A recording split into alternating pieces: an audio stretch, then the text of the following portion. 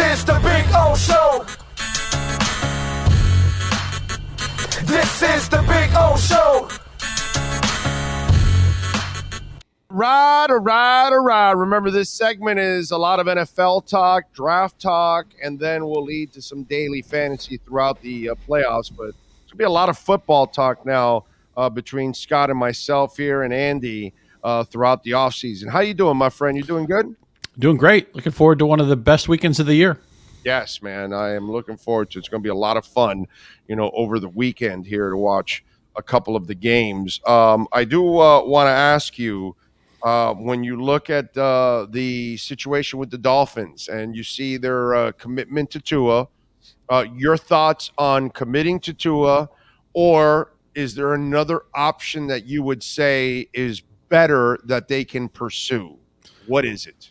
I think you have to try another year. It's the concussion thing is so complicated, but man, the guy led the league in passer rating. We talked about that last week, and he's got two dynamic receivers. He's got an offense that really was singing this year. It's a shame they went in the playoffs. They couldn't have the quarterback they wanted, but I think you have to give it another year. And look around. I've said this all season. I've said this on this show many times. The story of this season to me was how uneven the quarterback play was. Russell Wilson was terrible. Matthew Stafford was having a bad season. He got hurt. Brady had one of his worst seasons. Aaron Rodgers might be through. Dak Prescott, who's in the playoffs, led the league in interceptions. Lamar Jackson did nothing after September. Matt Ryan's career might be over. And I could go to 5 or 6 more teams. We know how Mac Jones, got worse. You look in the division, Zach Wilson might be a lost cause. It got to the point that Jared Goff and Geno Smith were like the safe harbors, right? Daniel Jones kind of resurrected his career with the Giants. He's going to get a big pile of money. There aren't that many answers out there. I know there's going to be guys who are going to get drafted, but the Dolphins won't be drafting early enough to get one of those guys. I think you have to run it back with Tua at least one more season. Yeah, no, I'm with you. I have no problem with it. Plus, there's no options that are better. None. Outside of Aaron Rodgers. That's it. And that's a crazy idea because you don't have the draft capital to trade. And 2, the salary cap ramifications for Green Bay are just absolutely brutal if they trade him. So I don't think that there's no other upgrade. There's nothing. I don't think Lamar is a better player than this guy as a passer. I don't think Derek Carr is an upgrade whatsoever, and he's missed his share of games. There's just the guys that are out there, to me, are not an upgrade at that position overall. Tua actually outplayed all those people that we pretty much talked about. Yeah, obviously we can't undersell the gravity of the concussion issue, but the problem is not the quality of Tua's play. He had a great season. Yeah, no, I'm with you there. Now, the thing is he really concussion prone from here on out or not? Because it's only 1 year of all this stuff. He was supposedly injury prone. Well, there were no ribs, no fractured finger, no hip, no ankles, nothing. None of those kind of things happened this year. And everybody just forgets that. They leave it all. It was all the head trauma. Or could it just be bad luck, dude? You know what I mean? You never know. You never know. We thought in the fantasy season, one of the reasons why people took Jonathan Taylor, and I was one of these guys, why did you take Jonathan Taylor 101? He had never missed a game or a practice before this season. Everybody is bulletproof until they're not, and everybody's injury prone until they're not. I remember this going back a ways, but Fred Taylor came into the league. He was fragile Fred. You couldn't draft Fred Taylor. He's going to play 11 games. And then all of a sudden he reeled off like a bunch of full seasons in a row. Sometimes guys change their diet or they change their conditioning, and other times it's just they stop slipping on banana peels. There's so much variance to this stuff. Just the timing, the power of the game, the speed of the game, and what happens. And if you stop and think about the tiny little things that happen that affect your life and affect your fantasy games and everything, you'll drive yourself crazy. I mean, there's a lot of randomness out there, and you just hope that some of that, goes your way. The football gods smile on you. There's no explanation sometimes. No, I'm with you there. That's the thing about this whole mess, that sometimes we go a little overboard on all of this, and then we really don't look at the chance that, maybe this was just a thing that phase that you kind of go through and then you move on. Drew Brees, the same thing. It's like everybody wanted to stay away from Drew Brees, and New Orleans took the chance on the shoulder injury, and the rest is history. You know what I mean? Culpepper and Saban instead of Drew Brees and Saban. You guys obviously know that. I mean, look at the playoffs, right? Baltimore wasn't playing their starting quarterback. The Niners might go to the Super Bowl with a third string quarterback. It's all over the league. Yeah. Yeah, it's just one of those. I just want to see. Now, is there anybody in the draft that you like? Miami picks 51, 77, and 84. So you're not getting You'd one. have to trade up, and nobody at that price. I mean, you could take a project, you could take somebody who you think has upside, but nobody who would compete for the job next year. No, not compete, but something like a project that you can develop. Is there a guy you like?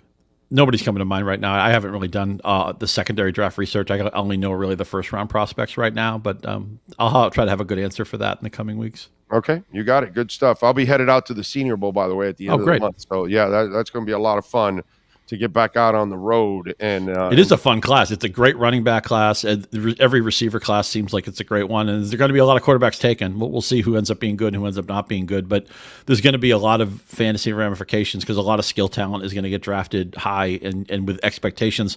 And that's one of the biggest changes in fantasy over the last 5, 10, 15 years. It used to be like, okay, yeah, the rookie running back's fine. But if you took a rookie receiver, you get laughed out of the room. You took a rookie quarterback, you'd be like, what are you doing? You're crazy. He may not play or he may be over his head. Now we expect rookie receivers to be good right away. And Chris Olave was, and Garrett Wilson was. Held back by their quarterbacks at times. And actually, it wasn't a great running back year for rookies this year. I mean, Walker was good late, and Algier, the kid for Houston, Damian Pierce was pretty good. Robinson is the first running back who will get taken, but this will be a really fun rookie class, I think. I think it'll be better than this year's, and this year's wasn't bad. Yeah, and I think Miami may be in the market for sure. Either a running back, middle linebacker, and of course a pass catching, blocking tight end if they can find one of those. But I think with those picks in the second and third rounds, I think that those are the kind of players that they could be going after. All right, let's get into a little daily fantasy. Let's start off with Jacksonville and Kansas City. On the Jacksonville side, first of all, any of the daily fantasy things are you looking forward to? Which one? Well, I think Lawrence is going to throw 40 or more passes. They'll be chasing the game a little bit. That's the way the game was when they played the first time. I think it was week 10. So I expect 40 or more pass attempts. And it's at 38. It's at 38 and a half. Okay. So you like the higher. Yeah, I like the over on that. And you can play his pass catchers proactively because it's such a narrow tree, right? They only throw really to a couple of wideouts in their tight end. They don't throw the ball to ETN. I'm not really sure why, because obviously Lawrence and ETN played college football together. But I would think Zay Jones is in a good spot. I think Kirk went for over 100 in the last meeting. I like both of those guys. I think Ingram's touchdown equity makes a lot of sense. I'm imagining this will be something like a Chiefs 31, Jaguars 23. That's the type of game I'm expecting. They've got Kirk over 66 and a half yards, Zay Jones over 52 and a half yards, and Evan Ingram over 48 and a half yards. Honestly, I think if you go over on all three of them, you'll hit two of them, and maybe all three of them. Okay. I do like Evan Ingram over 48 and a half because they just seem to use him a lot. All right, on the KC side, Pat Mahomes. We've got passing yards, 313 and a half. We've got 2.5 touchdowns passing. Your thoughts? Those are big numbers. I don't want to bet against Patrick Mahomes, but those are juiced so high. I can't assume he's going to throw for 300. You don't know the flow of the game. God forbid they score on defense or special teams and you lose a possession, or if they're trying to drain the clock late. Mahomes is a great player. The strange thing about his season, though, he's going to win the MVP. He's basically the trophy. He's already won the AP All-Pro nod, which is basically the MVP, right? Who else had a great season on this offense? Travis Kelce was fantastic. He's Travis Kelce. Jerick McKinnon had a bushel of touchdowns for Christmas. He had one touchdown into December, and then he scored 9 more times. I don't think anybody saw that coming. Juju was okay. Hardman got hurt. They acquired Tony. That didn't really turn into anything. Sky Moore was the guy they drafted who hasn't done much yet. MVS makes a big play once every 4 or 5 weeks. If you had told me, if I'd missed the whole season, you told me, oh yeah, Mahomes #1 seed, he's got the MVP in his back pocket. Oh, did Juju go to the Pro Bowl, or did they finally figure out Hardman, or did MVS have a big year, or what else happened with that? Did Kelce score 20 times? No, Kelce was great. Everybody else was kind of okay. They spread it around on this offense. I do think McKinnon will score again. That's an easy button. The strange thing with him is that he's scoring all these touchdowns through the air. That's like something you would never. That's what I like 34 and a half yards receiving. Mm-hmm. I like the over on that one. And they leaned on him more in the playoffs last year too. So I think that's an easy button for them. They've been looking for it. Again, Hardman missed a chunk of the season because a lot of those plays might have been to Hardman. CEH has been hurt. He may come back later in the playoffs, but he wouldn't be expected on Saturday. And Pacheco, they don't throw the ball at Pacheco. He only has No, 12 no. catches or something like that, 10 catches, whatever it is. So, yeah, McKinnon receiving props are actually, that's the Kansas City angle I want to go with. Kelsey, 80.5 yards. You like that one over, and No 6.5 receptions. That's Jacksonville's tight end coverage has been really bad, but those are such big numbers. You would think they would devote resources to Kelsey. That's a no play for me, too. All right, we go with Giants in Philadelphia. Daniel Jones. Let's go with what is it? Passing yards. We're at 217.5 or 45.5 rushing yards, or touchdowns. We are. Where are we? No, I don't have anything on touchdowns. So doesn't matter. You have the prop I want, which is the rushing yards. We saw him run proactively last week. Now Philadelphia, they're going to be on the hunt for Jones. They have 4 different guys with double-digit sacks. And what a great pass rush when you can get it from so many different sources. But Jones is athletic. He said he's arguably the most improved player in the NFL, and he made himself the most money this year. Giants didn't want to re-sign him before the season. Now they have to. Jones is going to get whatever he wants. And he's making it sing. I can't believe, I've never seen this before, Big O. Isaiah Hodgins was waived by the Bills. Now, granted, they were trying to put him on waivers to put him on the practice squad. They didn't want to give him up.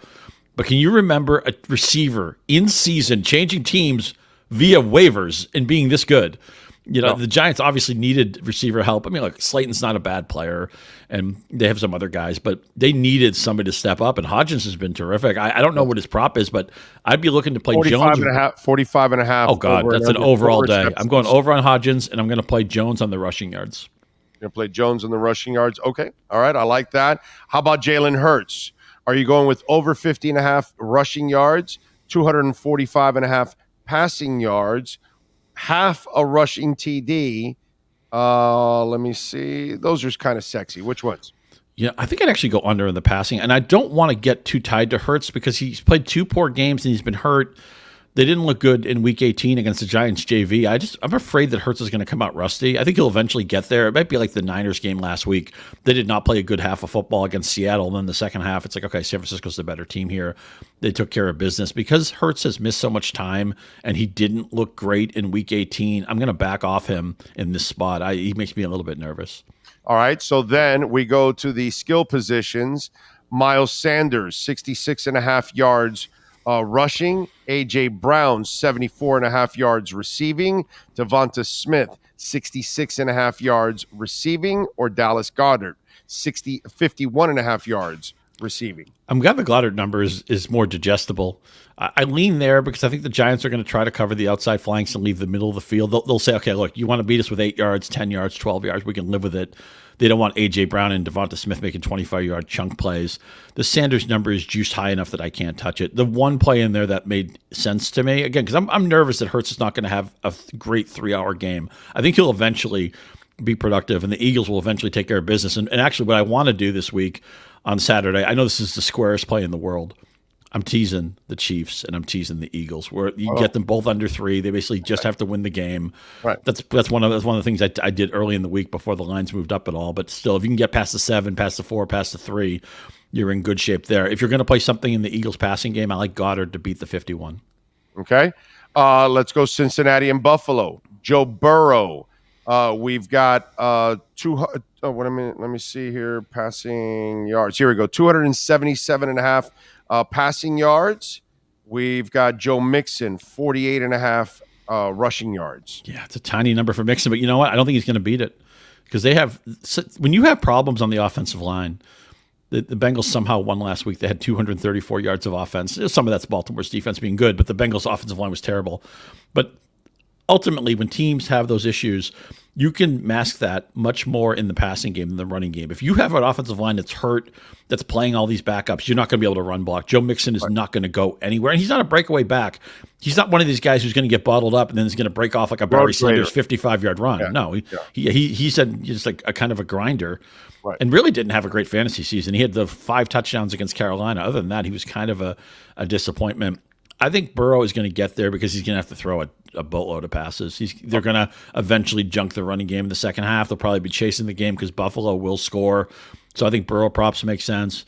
I think the receivers make sense. Okay, so then let me give you the receivers now.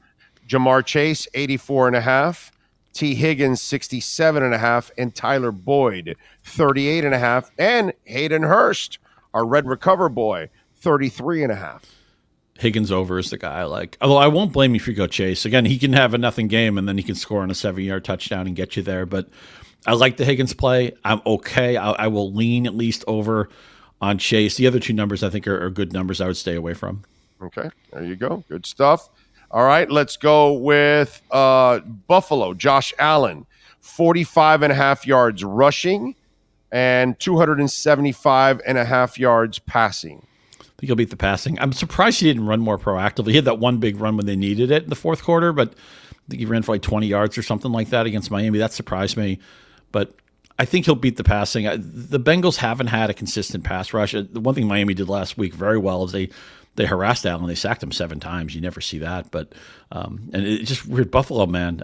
How they when they get up 17-0, I really thought that game was over. I give Miami credit for making a game out of it with a third string quarterback and all that stuff. But I think Buffalo is going to have to throw the ball to win this game. I think Allen, for whatever reason, they've kind of backed off a little bit on the proactive running. And maybe it's good. You don't want your best player getting hit as much as he's been getting hit lately. So I think it's a slant. Their offense is going to be 75-25 pass. They may come out in the their first drive where it's like all passing, all shotgun. Their running backs are okay. They're not great. I never know if Singletary or Cook is the right guy to play. I can't get near any of their props. I think the passing game is pretty reliable. But also, their team, I talked about Mahomes, like who does he have other than Kelsey? You never know where it's coming with Buffalo other than Diggs. He's the one guy you can bet on. Once in a while, 82.5, and Gabe Davis is 57.5. I think Gabe Davis is a sucker play. I know he went over 100 last week, and I know last year, obviously, the 4-touchdown game against Kansas City to get everybody excited. But I don't want to touch Davis. I think Diggs will beat it, and I can't. Maybe Dawson Knox is a good touchdown guy because he's been their red zone player. That's the one thing Buffalo doesn't do that well is convert in the red zone. But when they have lately, it has been Knox, the tight end. So I can see Knox for a touchdown. I think Diggs will go over his number. All right, let's go Dallas, San Francisco. Mm-hmm. Dak Prescott. All right, we go 1.5 passing TDs. We go 254.5 passing yards. By the way, they don't have interceptions yet. That's what I wanted. Yeah, led the league in picks. I was gonna get you interceptions. Well, if you can find a pick prop, one, I know it'll probably be positive juice, but whatever. They're probably going to be behind in this game. The Niners have the best defense in the league. It's a little bit better of a run defense than a pass defense. I'm definitely going under on Zeke Elliott. You can't set the number low enough for me with Zeke. I don't care if it's in the 30s. Dude, it's 35.5. Yeah, I thought it might be low. I'm still going under because I think they're going to have to give up on that. Pollard at 48.5. Pollard scares me because Pollard can beat me on one run. Zeke can't. But I'll tell you what. I like one play for Pollard, believe it or not. I can see it. Dak's. No, wait a minute. 18.5 receiving yards. Yeah, I like that too. That's a really good play. Dak's throwing a pick. Bet Dak to throw a pick. Bet Pollard to beat his receiving prop. I like Pollard in that receiving area. I love it. That's how you slow down a pass rush too. Are you touching 79.5? That's a no play for me. Okay. Dalton Schultz, 44.5. Man, I wish just if you told me like 38 or 40, I'd be over. That's just a good number. That's a tight. This is the problem you have in the playoffs. Is there's fewer games for the books to work on, so you get tighter numbers that can be harder to beat. It's not going to try to force it. I know Schultz looked great last week against Tampa Bay. He even was the guy who got all the attention when Lamb got that easy touchdown at the end of the game. But I'm going to sit that one out. Again, I think these Pollard and Dak props are really strong. All right, let's go Brock Purdy now. 239.5 passing yards. Half an interception, all right, and 1.5 passing TDs. These are the props that I looked at, and I said, let's see. What do you think? I like the passing yardage. The thing with San Francisco is they do just such a good job of scheming guys wide open, and they make so many yards after the catch. You get passes. You get 5 or 10-yard passes that turn into 50-yard gains because Samuel's that type of player. Debo, Ayuk's that kind of player. Kittle's that kind of player. And Christian McCaffrey's that kind of player. It's so hard to evaluate how good Purdy really is. I don't want to take anything away from the kid. I think he's probably their opening day starter next year, but he's surrounded by the best skill talent in the league and one of the best offensive designers. I think Purdy goes over that passing prop probably pretty easily. I love over half an interception. I think he throws against this Dallas defense. He throws an interception. I can see he makes one mistake in this game. All right, Christian McCaffrey has 65.5 rushing yards in this game, half a rushing TD. 106.5 total yards and 36.5 receiving yards. That's where I'd be tempted. The receiving yards is the one thing that tempted me. I think the other numbers are really tight. I'd stay away from them. But again, you're looking to press an easy button. McCaffrey in space against the linebacker is an easy button. Right. Deebo Samuel, 55.5 receiving yards and 4.5 receptions. They're both no place for me. In fact, the receptions, if anything, I'd lean under. The problem is they have too many good players. Right. Ayuk is at 55.5 and 4 receptions no play. also. And Kittle, this is actually not bad. 48.5 receiving yards and 4 receptions in this game. I think Kittle's going to be a big factor against. Yeah, I could see Kittle too. The one thing you worry about is he's an extension of their offensive line. He doesn't care. He'll block all day if you ask him to. But he's a tight end who can make chunk plays. A lot of tight ends don't, but he's a tight end who can score on like a 50-yard play. Yeah, Kittle, I would lean over. I know he didn't do a lot last week after having a great December with Purdy. Purdy and Kittle have been great together and much fantasy relief because Kittle's never been a huge touchdown guy in fantasy, but they do have a good connection. I think it's going to be a Kittle game. All right, one more thing before I let you go. Tua related, and let's get into this one. You just mentioned it earlier about Daniel Jones, that they didn't pick up his option, and he went out and had a hell of a year, and now they're going to have to pay him whatever he wants. I've been arguing because obviously we have that side of the Dolphin Nation that isn't a Tua believer, and they want to move on or whatever, which is beyond me with the number one passer in the league, whatever. But anyway, I've said not only do you keep him and you got to bring him back next year, but you already have to pick up his fifth-year option, whether you like it or not, because if he does come back next year, think about it. This year he had no injuries. There was no broken ribs or knuckles or anything. It was the head stuff. So let's say he figures out to get rid of the damn football quickly and he stays away from concussions. And guess what? A second year of staying away from traditional injuries. Oh my God. He goes out and puts up numbers and you didn't tag him. Now you're going to have to pay him that $40 million a year right off the bat because Lee Steinberg is not going to settle for a crappy deal. You're going to have to pay him, or you're going to be forced to franchise tag him, which is going to be hard cap $40 million. And you can't, and that gives you even less flexibility. So if you're the Dolphins, I think it behooves you to actually pick up that fifth-year option already, because even if he balls out, now you've got him under contract under year 5. You don't have to worry. You can negotiate where the contract will start in year 6 instead. Your thoughts on that? No, I think it's wise to be proactive, to be a year ahead of it, because you have to play with this like it's what if it goes right, not if it goes wrong. Well, you're in the bucket with a bunch of other teams. You have to say, if this goes right, how much are we looking at here? I think you need to take a proactive step and get that extra year in the fold if you can. I'm with you there. All right, tell them about Yahoo Sports. What are you working on, my friend? Yeah, we did preview pod yesterday with Matt Harmon, Frank Schwab, and myself. Went through all the games in depth, talked about a bunch of DFS plays, prop plays. We picked all the games against the spread. We gave out that teaser that I liked on Saturday. So go there for your detailed preview, and then we'll have a recap pod at the end of the weekend, and then we'll preview the championship week next week. Again, these are my favorite weeks of the year, man, and we're getting really close. I don't think the Jaguars or the Giants can make the Super Bowl. Every other team that's in the playoffs right now would make a really sexy Super Bowl. I think we're going to get a great – every team's flawed. Don't get me wrong. Everybody's beatable. But I think we're going to get a really fun playoffs and a really fun Super Bowl matchup. I can't wait to watch the games this weekend. I am with you. Follow him on Twitter at Scott_Pianowski and catch his work there at Yahoo Fantasy as always. Scotty, thank you, my brother. Appreciate you immensely. Great to talk to you. You got it. There you go, the great Scott Pianowski. And don't forget, 8 great locations, Sports Grill, baby. You're going to love it.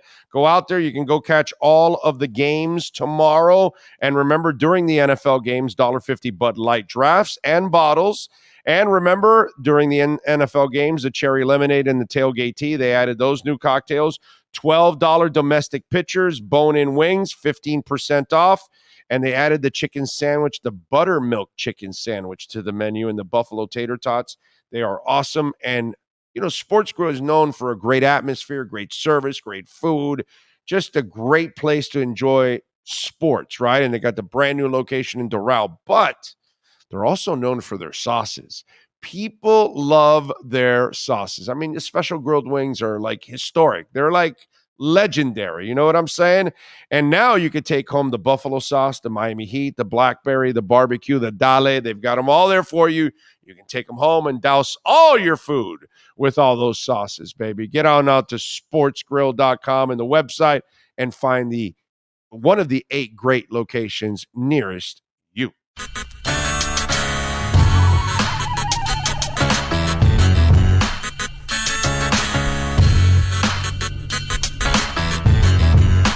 This is the Big O Show.